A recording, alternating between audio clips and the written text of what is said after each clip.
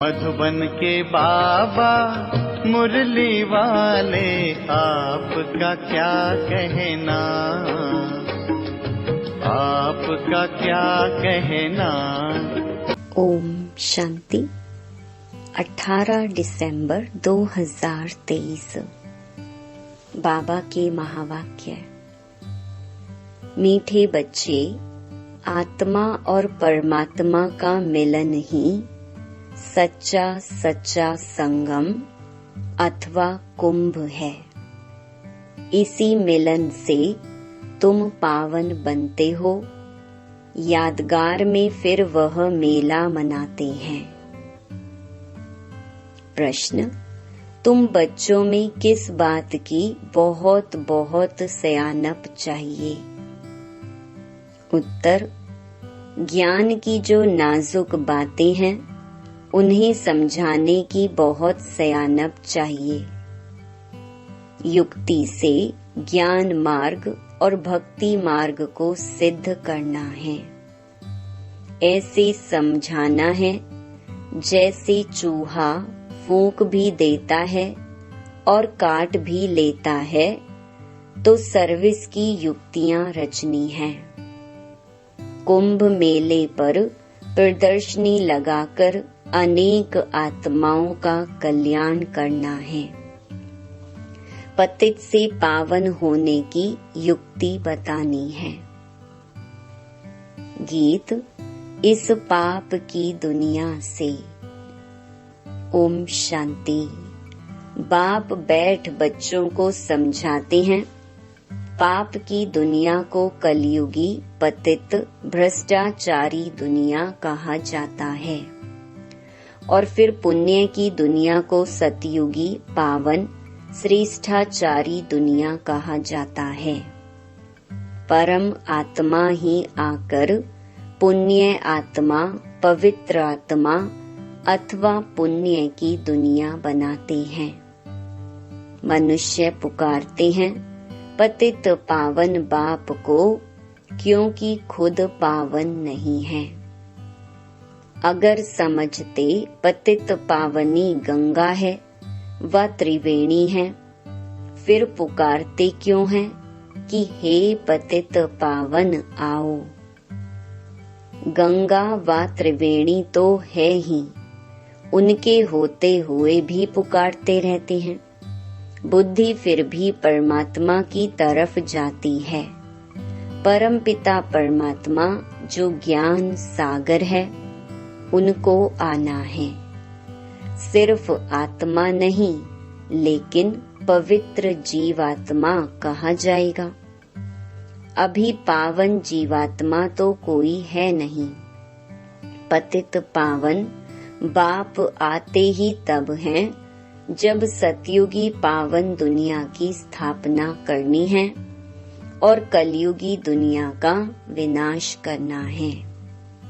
जरूर संगम युग पर ही आएंगे। संगम को कुंभ भी कहते हैं। त्रिवेणी का संगम है, उसका नाम रख दिया है कुंभ। कहते हैं तीनों नदियां आपस में मिलती हैं, वास्तव में हैं दो नदियां। तीसरी नदी को गुप्त कह देते हैं। तो क्या इस कुंभ के मेले में पतित से पावन होंगे? पतित पावन को तो जरूर आना है। ज्ञान का सागर वह है। पतित दुनिया को पावन बनाना, कलयुग को सतयुग बनाना, यह तो परम पिता परमात्मा का ही काम है, न कि मनुष्यों का।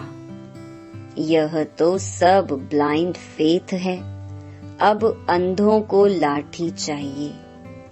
तुम अब लाठी बने हो नंबरवार पुरुषार्थ अनुसार। लाठियां भी किस्म किस्म की होती हैं। कोई लाठी 100 रुपए की और कोई 2 रुपए की भी मिलती है। यहाँ भी सब नंबरवार हैं। कोई तो बहुत सर्विसेबल हैं। जब बीमार होते हैं तब सर्जन को बुलाना पड़ता है। अब यह है ही पतित दुनिया। तुम पावन बन रहे हो। कहा जाता है आत्मा परमात्मा अलग रहे बहुकाल। फिर जब परमपिता परमात्मा अनेक आत्माओं के बीच आते हैं तो उसको कहा जाता है संगम का कुंभ। मनुष्य कुंभ के मेले पर बहुत दान करते हैं। वह कमाई होगी साधु संतों को और गवर्नमेंट को। यहाँ तुमको तन मन धन सहित सब कुछ दान करना होता है पतित पावन बाप को। वह फिर तुमको भविष्य में स्वर्ग का मालिक बनाते हैं। वह नाम लेते हैं त्रिवेणी का और दान देते हैं साधु संतों को। वास्तव में संगम उसको कहेंगे जहाँ सब नदियाँ आकर सागर में मिले। वहाँ सागर तो है नहीं, यह तो नदियाँ आपस में मिलती हैं। नदियाँ और सागर के मिलन को ही सच्चा सच्चा मेला कहा जाता है। लेकिन यह भी ड्रामा में नोंद है।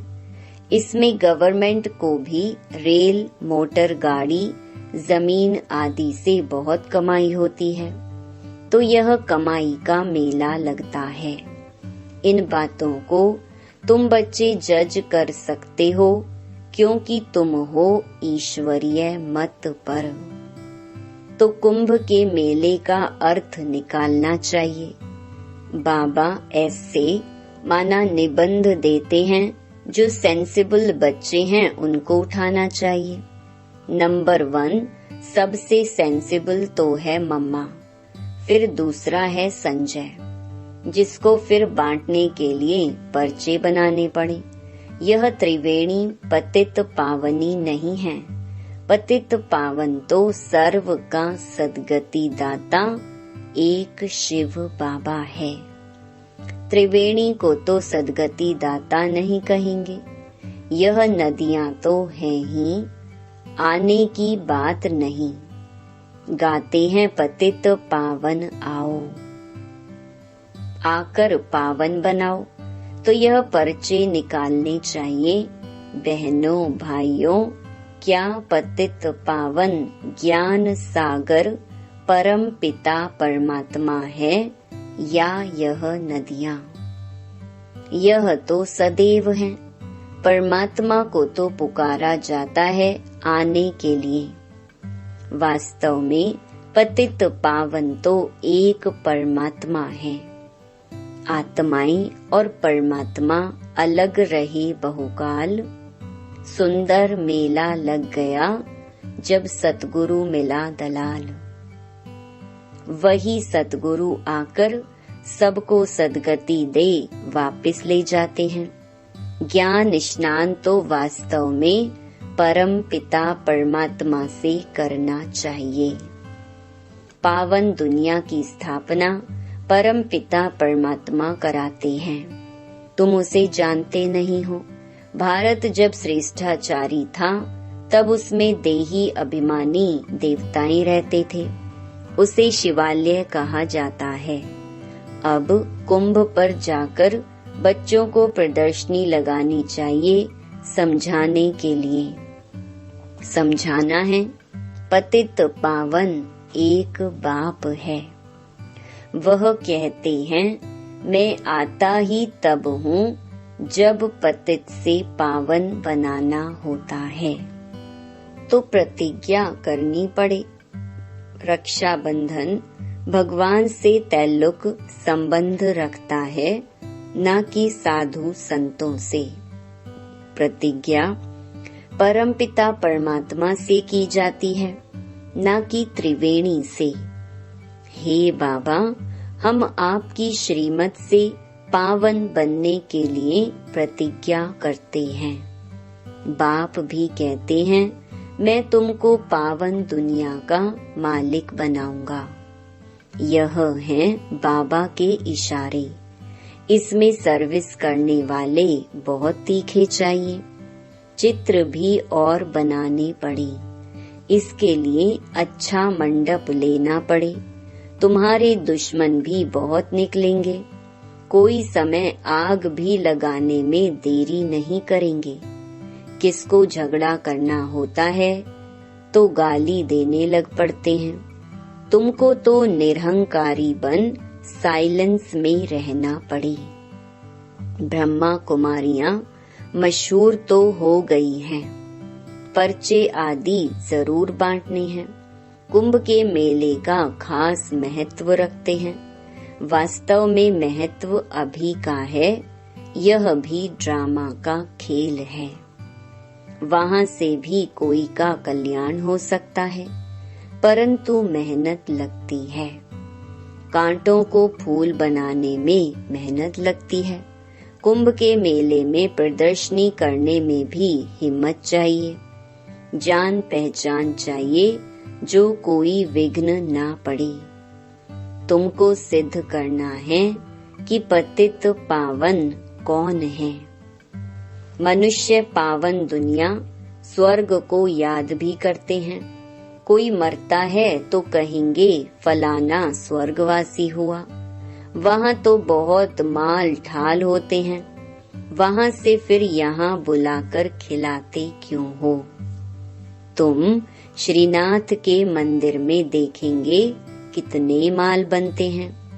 अब श्रीनाथपुरी और जगन्नाथपुरी वास्तव में है एक ही बात, परंतु वहाँ श्रीनाथ द्वारे में देखेंगे तो बहुत वैभव बनते हैं और जगन्नाथपुरी में सिर्फ फीके चावल का भोग लगता है, घी आदि कुछ नहीं पड़ता। यह फर्क बताते हैं। गोरा है तो ऐसे माल और सांवरा है तो यह सूखा चावल। राज बड़ा अच्छा है। यह बाप बैठ समझाते हैं। श्रीनाथ द्वारे में इतना भोग लगाते हैं तो फिर पुजारी लोग दुकान में बेचते भी हैं। उन्हों की कमाई का आधार भी उस पर है।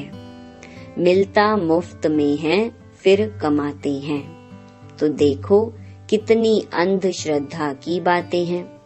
यह है भक्ति मार्ग, ज्ञान मार्ग, सद्गति मार्ग है।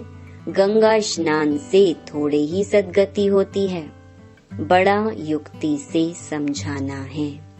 जैसे चूहा फूंक देकर काटता है, बड़ी ही सियानप चाहिए समझने और फिर समझाने की। कितनी नाजुक बातें हैं। मनुष्य कहते हैं कि हे परम पिता परमात्मा, तुम्हारी गतमत तुम ही जानो। इसका अर्थ तो समझते ही नहीं। तुम्हारी श्रीमत से जो सद्गति मिलती है वह तुम ही कर सकते हो और कोई कर ना सके। सर्व का सद्गति दाता एक है। सर्व अक्षर जरूर डालना है। समझाया बहुत जाता है, परंतु समझने वाले तो बहुत थोड़े निकलते हैं।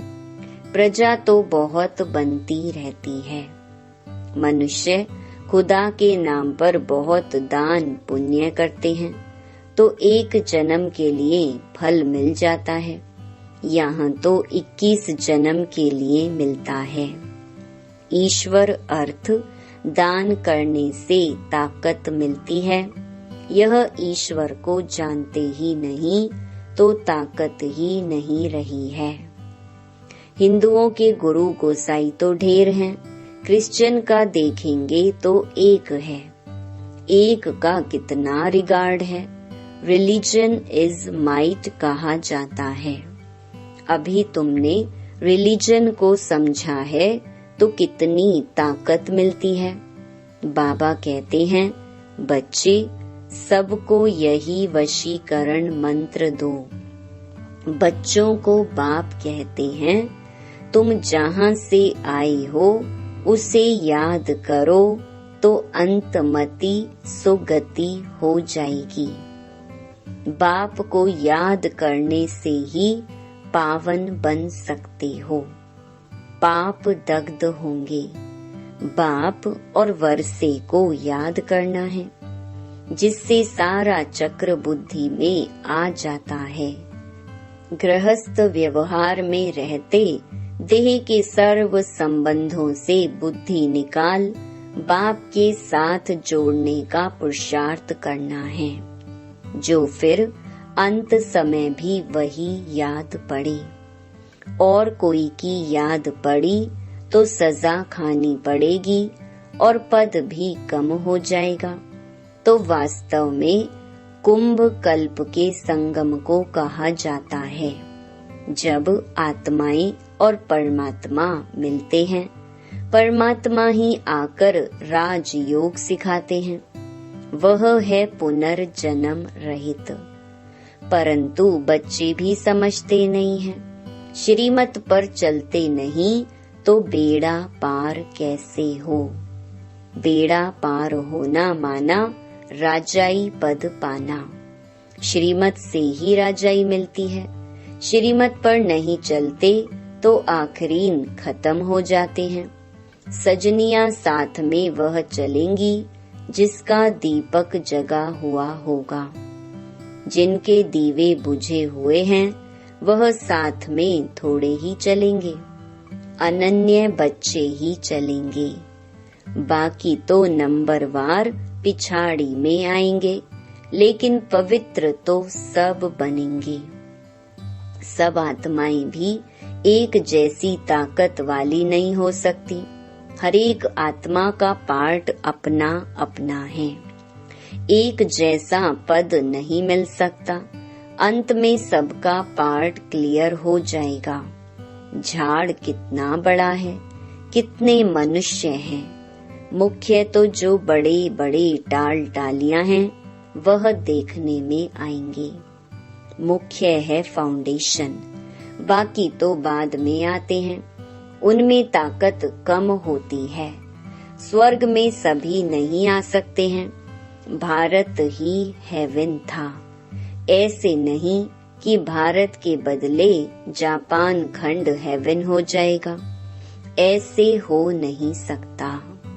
अच्छा, मीठे मीठे बाप दादा व मात पिता के लाडले सिकी लधे ज्ञान सितारे बच्चों को याद प्यार और गुड मॉर्निंग। रूहानी बाप की रूहानी बच्चों को नमस्ते। रात्रि क्लास 24 अप्रैल 1968।